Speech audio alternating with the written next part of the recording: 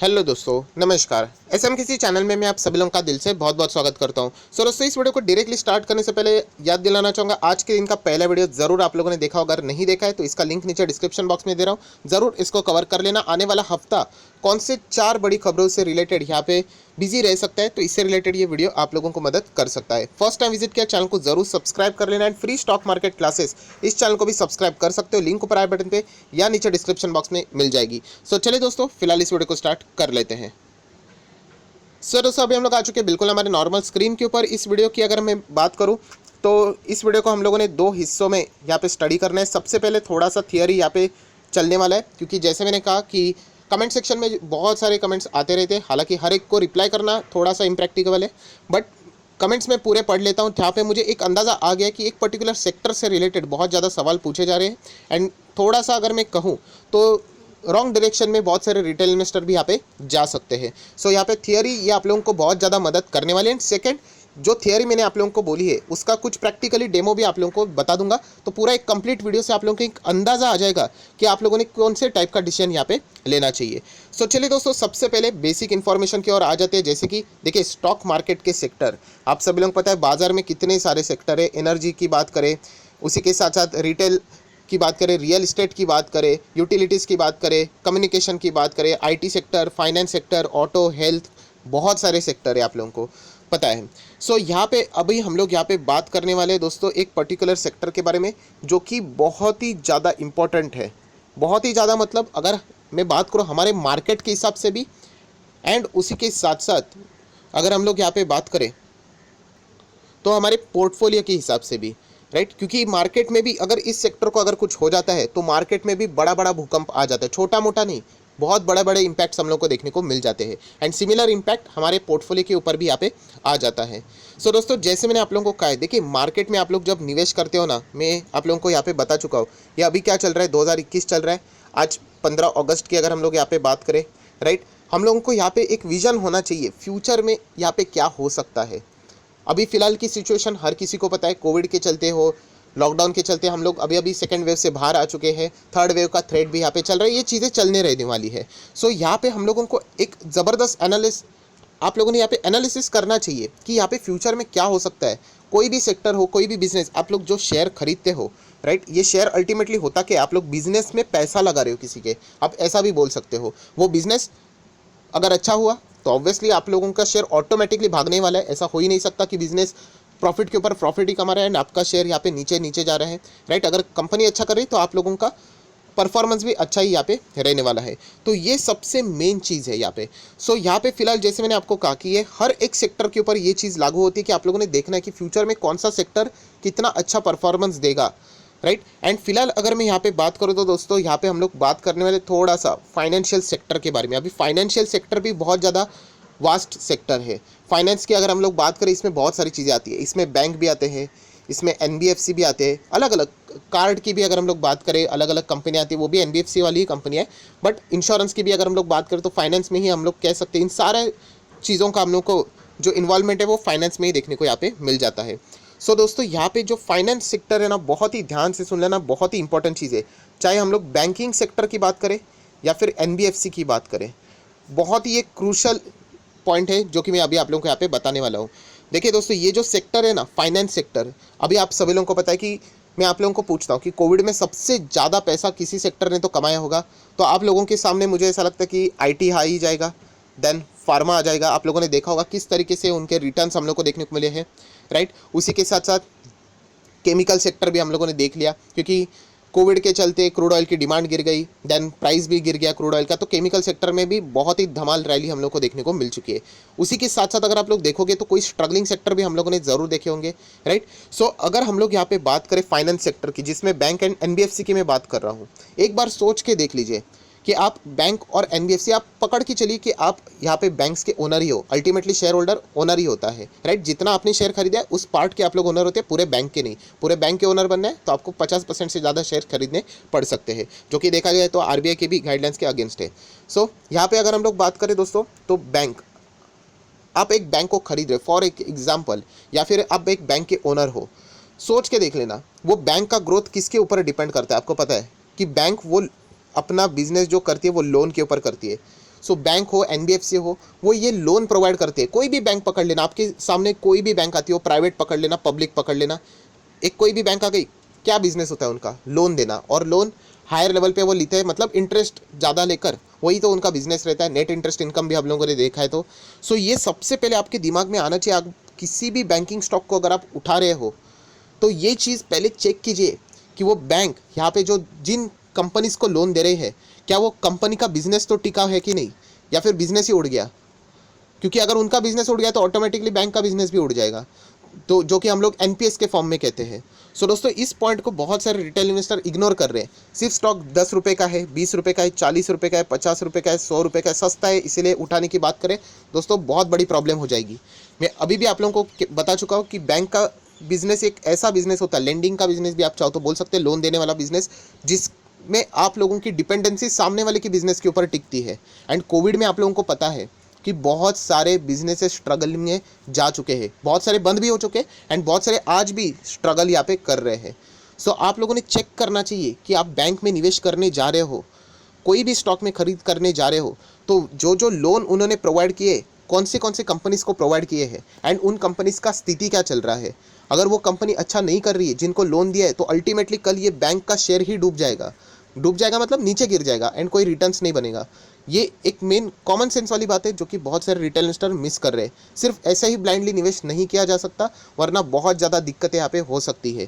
अभी जैसे मैंने कहा कि इस वीडियो को 2 पार्ट में, उसमें से पहला पार्ट यही था थियोरी वाला, कि अभी आप लोगों को समझ में आ गया कि हम लोग यहाँ पे बैंकिंग सेक्टर की यहाँ पे बात करें, एंड बैंकिंग में हम लोगों को यहाँ पे देखना है कि यहाँ पे अच्छे बैंक्स कौन से हैं जो कि यहाँ पे अच्छे कंपनीज को लोन प्रोवाइड करें, या फिर ऐसे कंपनीज को उन्होंने लोन प्रोवाइड किया है जिनका बिजनेस अभी तक अच्छा चल रहा है। मतलब उन कंपनीज से बैंक को क्या होता रहेगा, पैसा आता रहेगा रेगुलर बेसिस के ऊपर, एनपीएस का खतरा कंपैरेटिवली कम हो जाएगा। सो दोस्तों, थोड़ा सा अभी हम लोग एडवांस यहाँ पे जाएंगे। तो उसके लिए आप सभी लोगों को पता है यहाँ पे बैंकिंग बिजनेस 2 हिस्सों में डिवाइड है। एक है पीएसयू बैंक एंड एक है प्राइवेट बैंक। देखिए, पीएसयू को कोई फर्क नहीं पड़ता क्योंकि सरकार बैंक कंपनी है। कितना भी पैसा डूबे, आप लोगों ने देखा होगा नीरव मोदी इतना कुछ पैसा 14,000 करोड़ लेके चले गए, आप सभी लोगों को यहाँ पे पता है। एंड फिर भी अगर आप देखोगे पीएनबी का स्टॉक कोई डूबा नहीं है, राइट, क्योंकि सरकार बैंक कंपनी में पैसा तो वहाँ पे आता ही रहेगा।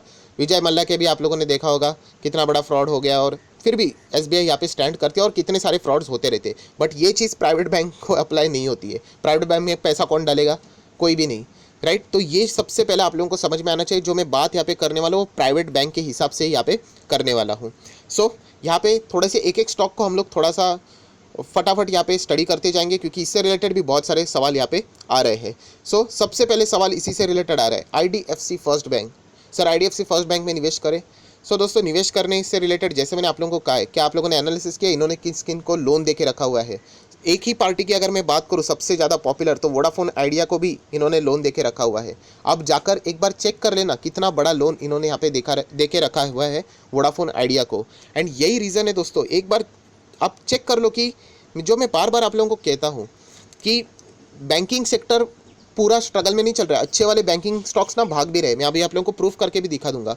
एंड अगर कोई बैंकिंग स्टॉक्स अगर ऊपर भाग रहा है एंड आप ही का स्टॉक अगर नीचे जा रहा है, मतलब हम कह सकते हैं कि वहाँ पे कोई ना कोई इशू ज़रूर है। इशू का अर्थ ये नहीं कि फ्रॉड है करके, बट इनका बिजनेस क्या है कि लोन प्रोवाइड करना। इन्होंने ऐसे कंपनीज को लोन दिया होगा जिनका बिजनेस बहुत ज़्यादा खतरे में है। एंड जैसे मैंने कहा वोडाफोन आइडिया उसमें से एक सबसे बेस्ट एग्जाम्पल है।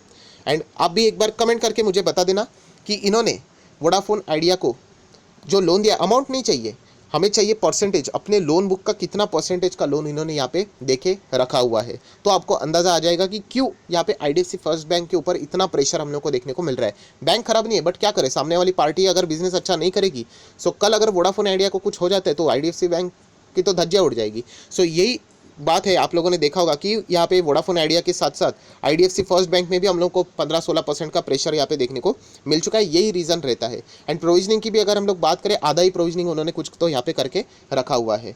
सो ये चीज़ें चेक करनी होती है दोस्तों। ऐसा ब्लाइंडली निवेश नहीं करना होता है कि मेरा मन कहता है, सेंटिमेंट्स बोलते हैं कि कुछ तो अच्छा होगा करके, ऐसा नहीं। जो लोन किसको दिया है वो एक बार आप लोगों ने चेक यहाँ पे करना चाहिए।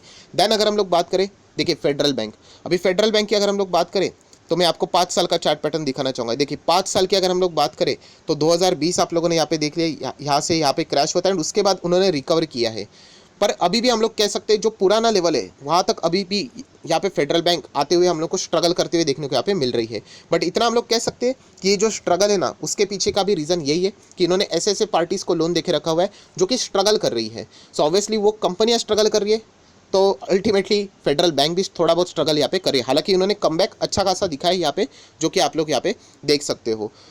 देन अगर हम लोग यहाँ पे बात करें दोस्तों आरबीएल बैंक भी बहुत ही ज़्यादा पॉपुलर है। एंड आप लोग देख सकते हो यहाँ पे जो यहाँ पे गिरावट 5 साल की मैं बात कर रहा हूँ, यहाँ पे जो गिरावट हुई है अभी तक रिकवरी नहीं है। मतलब मार्केट यहाँ पे ऐसे गया है पूरा टॉप लेवल पे, एंड इसके कॉम्पिटिटर भी बाकी के बैंक इधर टॉप लेवल पे हैं, बट ये बैंक इधर क्यों है? सो एक बार अगर आप लोग सर्च करने जाओगे आप लोगों को सारे सवालों का जवाब खुद ब खुद मिलते जाएगा।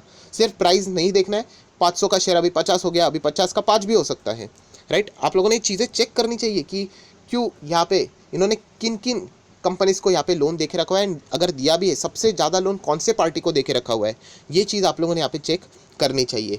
अगर मैं यहाँ पे बात करूँ और एक बैंक है बंधन बैंक, सो यहाँ पे भी अगर आप लोग देखोगे अभी भी स्ट्रगल करिए। 5 साल की अगर मैं बात करूँ 2020 से जो लेवल से यहाँ पे गिरावट है अभी उस लेवल तक पहुँची नहीं है। क्यों नहीं पहुँची? ये जो गैप है क्यों ये है?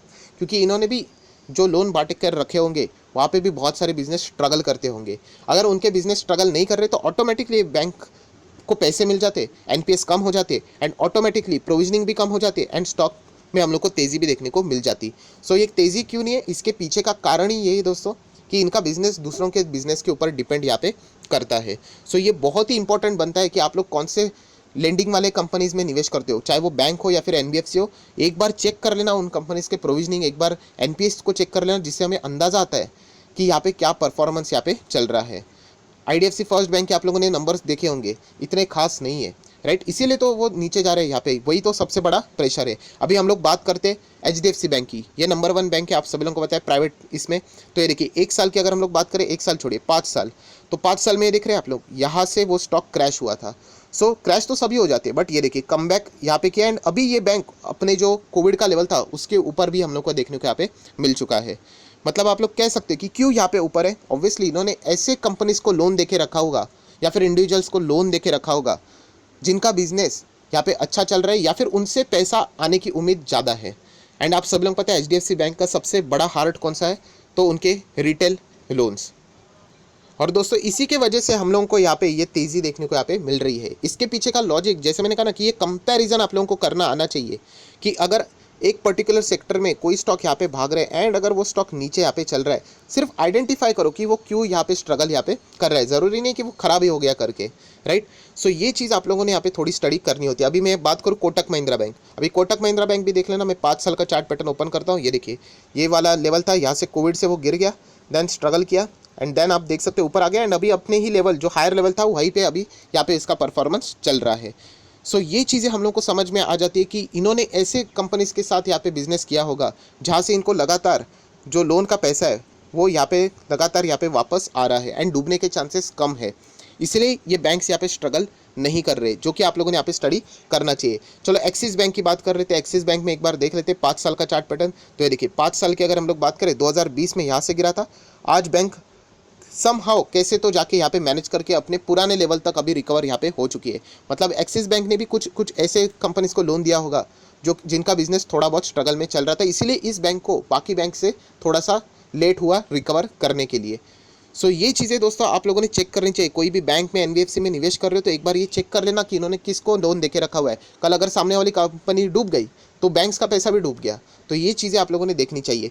और एक फेमस बैंक है इंडसइंड बैंक। सो इंडसइंड बैंक भी आप लोग देख सकते हो 5 साल का चार्ट पैटर्न, ये देखिए ये तो यहाँ से ही क्रैश हो गया एंड वहाँ से तो अभी ये कितना पुराना, मतलब कोविड का लेवल प्लस उनका पुराना लेवल। क्यों? क्योंकि लगातार एनपीएस बढ़ रहे, प्रोविजनिंग बढ़ रही है। ये भी वोडाफोन आइडिया में हम लोग को देखने को मिल जाता है। सो ये रीजंस है दोस्तों कि कोई भी स्टॉक ऐसे ही नीचे नहीं रहता, उसके पीछे एक जेन्युइन कारण होता है। क्यों रिलायंस का स्टॉक नहीं भाग रहा है? क्योंकि वहाँ पे अनसर्टेनिटी है, कोर्ट के इश्यूज़ है, सऊदी अरब की डील पेंडिंग है। आप देख सकते हैं नंबर 1 स्टॉक भी मार्केट ने क्या कर दिया?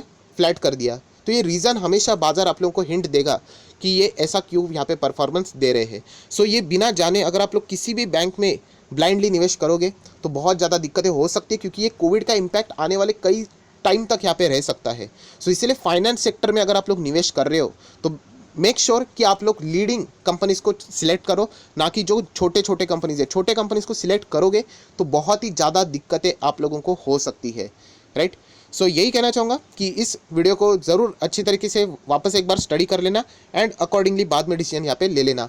और भी बहुत सारे बैंक्स हैं, उनको मैंने कवर नहीं किया, इस कार्य नहीं कि वहाँ पे कुछ हो नहीं रहा है या फिर गड़बड़ है करके। एग्जाम्पल देने के लिए मैं बता रहा हूँ, क्योंकि वीडियो भी आप देख सकते हैं 15-16 मिनट का यहाँ पे बन चुका है। सो अगर आप लोग फाइनेंस में किसी भी कंपनी के साथ जा रहे हो, बैंक हो, NBFC हो, इस चीज़ को ज़रूर चेक कर लेना कि उसके कॉम्पिटिटर अच्छा यहाँ पे कर रहे हैं या नहीं। अगर वो अच्छा कर रहे तो ये नीचे क्यों है, उसके पीछे का कारण आइडेंटिफाई कर लेना एक बार। जो टॉप कंपनीज है एंड आपकी कंपनी अगर नीचे है, उनके NPS को कंपेयर करके देख लेना, प्रोविजनिंग को कंपेयर करके देख लेना, रिजल्ट को कंपेयर करके देख लेना, प्रॉफिट को कंपेयर करके देख लेना, लोन बुक को कंपेयर करके देख लेना, राइट। तब जाके आप लोगों को एक्चुअल रीज़न यहाँ पे मिल जाएगा। सो यही कहना चाहूँगा कि ऐसे कंपनीज में इन्वेस्ट करते वक्त थोड़ा सा संभल के चलिए, वरना आगे आपको भयंकर नुकसान यहाँ पे हो सकता है। सो आप आशा करता हूँ कि वीडियो थोड़ा लंबा था बट पसंद आया होगा, तो जरूर लाइक एंड शेयर कर देना। So that's it, thank you very much दोस्तों, we will be meeting our next video, तब तक के लिए बाय बाय।